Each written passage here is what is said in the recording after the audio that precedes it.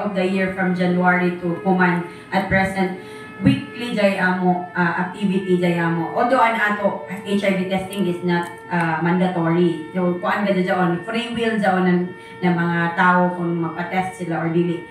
Weekly jay amo activity sa mga schools, kung hain na mga institution and mutawag kung jay magkuanan HIV symposium.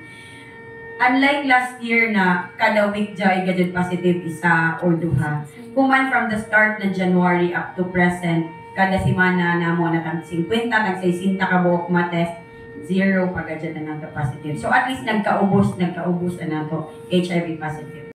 PhilHealth. So pero ang accreditation ng PhilHealth namo is category. We have categories sa ato kind of wounds sa ato animal type. Category 1, Category 2, Category 3. When we say Category 3, amo daw si Jan malibre. PhilHealth ang mobayad. So Category 3, kung grabe ka dagko ang samad, and jaon sa ato facial area, whether bata or dagko.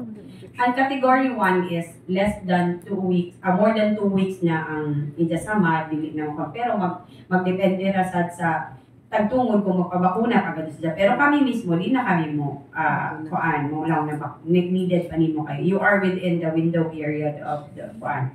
And then Category 2 is at other places, and then medyo dagko ka ang mga samad sa per not totally gani kada po. Amo dyan ang Category 2. Mostly ang jaon nato mga patient is Category 2. That is why dili gid sila libre. The sad thing is an ato vaccine dependent kami karadyo sa hinatag ng Department of Health.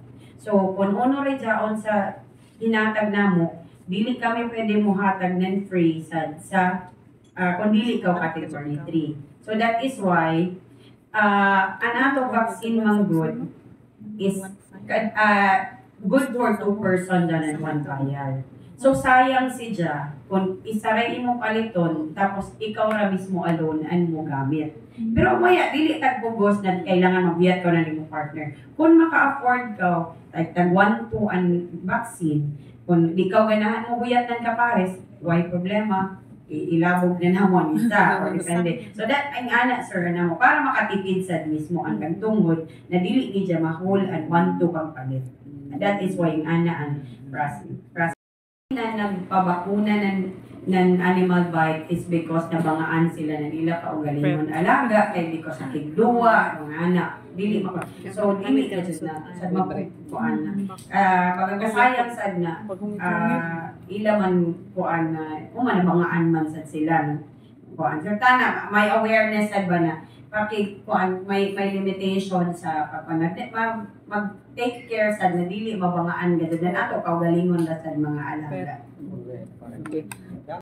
Ato i-consulta package is very much kuan na gadto. Accredited na kami. So ni 40,000 registration namo na nahimo kay we are allowed one doctor is to 20,000 population. So, duha man kami ka doctor diha sa City Health Office. So, 40,000 ang taghatag sa amo na kuan. So, diyan ni amo 40,000 na na-register. Ang amo kaning kamutan ko man is an ato na sa mga district na diay mga doctor na ato i-apply sa konsulta package ng PhilHealth para diay ato availment nan. Diay gadget eventually mo suyod na fund sa LGU from the PhilHealth Office.